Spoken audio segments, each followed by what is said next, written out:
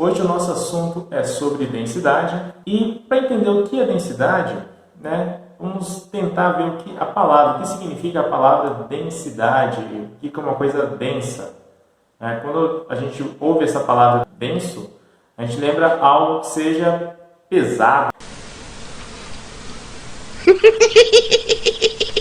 E densidade nada mais é do que a razão entre a massa e o volume. E toda vez que a gente fala de razão, a gente tem que lembrar que é uma divisão. Então a densidade, ela seria essa divisão. Eu pegaria a massa de um composto, a massa de um objeto, e dividiria pelo volume que ele ocupa. Outro exemplo que podemos dar é quando falamos de densidade demográfica. Os professores de geografia que me salvam nesse momento. Então, quando falamos de densidade demográfica, é a quantidade de pessoas sobre uma determinada área. Então, é só para a gente relacionar. Voltando ao tema densidade, a razão entre massa e volume, temos que lembrar que estamos trabalhando com duas grandezas.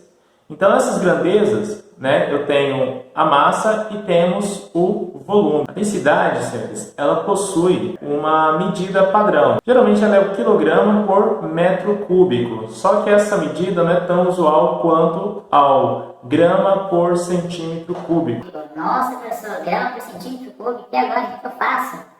Simples, senhores, calma. A palavra centímetro cúbico, ela pode ser o mesmo que simplesmente ml. Simples assim.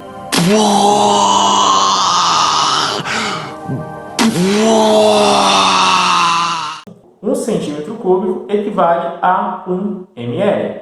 Logo, 1000 centímetros cúbicos equivale a 1000 ml, ou seja, equivale a 1 litro. Então, se densidade é grama por centímetro cúbico, então, se um objeto ele possui densidade igual a 7,9 gramas por centímetro cúbico, então eu sei que a cada centímetro cúbico vai ter uma massa de 7,9.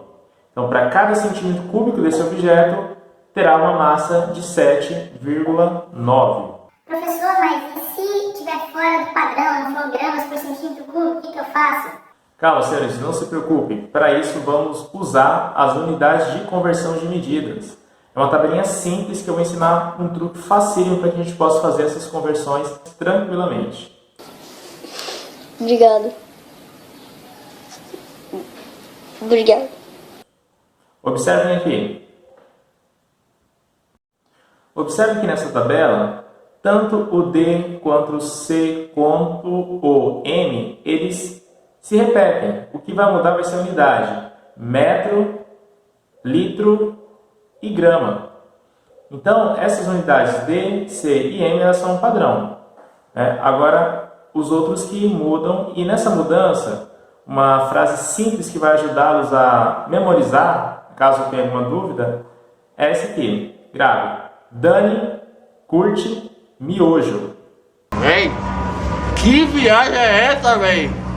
Exatamente. Dani curte miojo. Aí temos o D, o C e o M, caso surjam essas dúvidas com vocês. Nessa tabela, percebe que a gente apenas vai movimentar a vírgula. Então aqui eu coloco a unidade que eu tenho e mudo para a unidade que eu quero.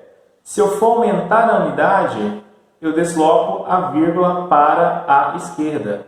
Se eu for diminuir a unidade, eu desloco ela para a direita. Então é simples. Para cada casa, você vai contar, vai andar com a vírgula e vai parar justamente na casa que você quer. E aí o valor que você obtiver ali vai ser justamente o valor da conversão da unidade. Então notem, isso é bem simples, mas você precisa lembrar dessas unidades de medida. Talvez seus pais já tenham perguntado: o que pesa mais, 1 quilo de algodão ou 1 quilo de chumbo? Você deve ter ficado pensando várias vezes. Com certeza é 1 quilo de chumbo. Só que quando estamos falando da mesma unidade, a mesma quantidade de massa, então não tem diferença, os dois são iguais. Agora, se eu perguntasse o que ocupa maior volume, 1 quilo de chumbo ou 1 quilo de algodão, aí sim, teríamos a resposta que 1 quilo de algodão ocuparia um volume maior, certo? Então, para a gente entender essa parte da densidade, quanto maior for o volume, menor será a densidade. Quanto maior o volume em relação à massa, menor será a densidade. Então, é uma relação inversamente proporcional. Lembrando que a razão ela é uma divisão. Então, nessa divisão, se o meu numerador ele for menor que o meu denominador, o resultado vai ser sempre menor do que 1. Agora, se o meu numerador for maior que o meu denominador, então sempre será maior do que 1. Pessoal, mas por que então o gelo boia na água sendo que ele é a própria água? Boa pergunta. Senhores, antes de mais nada, precisamos entender a estrutura. Por que o gelo, então, ele boia na água? Obviamente, o gelo boia na água justamente porque ele é menos denso do que a água. Mas não é a mesma coisa? Aí entra um porém. O gelo ele se organiza, né? Ele forma, tem essas ligações de hidrogênio dele, e aí ele forma, né? Quando ele se liga, se formam uns retículos cristalinos, que são os espaços vazios entre eles. E isso confere uma densidade menor ao gelo em relação à água. Agora, como identificar se a substância ela é uma água ou se ela é um álcool? Como identificar isso? Vamos ao nosso experimento agora.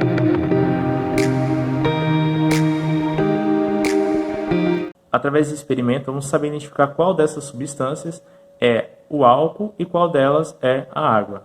Lembrando que a densidade da água é 1 grama por centímetro cúbico. Ao adicionar gelo, quando adicionamos o gelo em uma delas, né, vamos ver o que acontece.